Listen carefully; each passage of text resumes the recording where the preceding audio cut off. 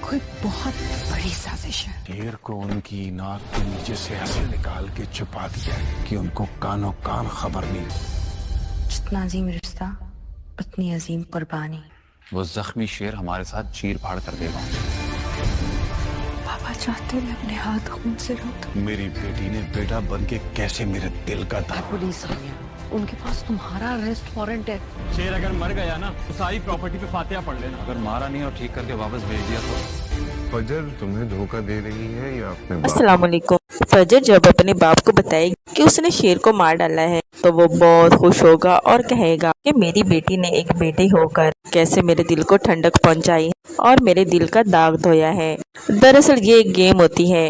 फजर ने शेर को मारा नहीं होता, उसके वालिद के कहने पर उसे अगवा किया होता है और उसका वालिद बहुत खुश हो रहा होता कि कैसे उनकी नाक के नीचे से हमने शेर को छुपा दिया है। इसी तरफ उसका चचा कहता है कि शेर अगर मर गया तो उसकी सारी प्रॉपर्टी पर फातिहा पढ़ लेना।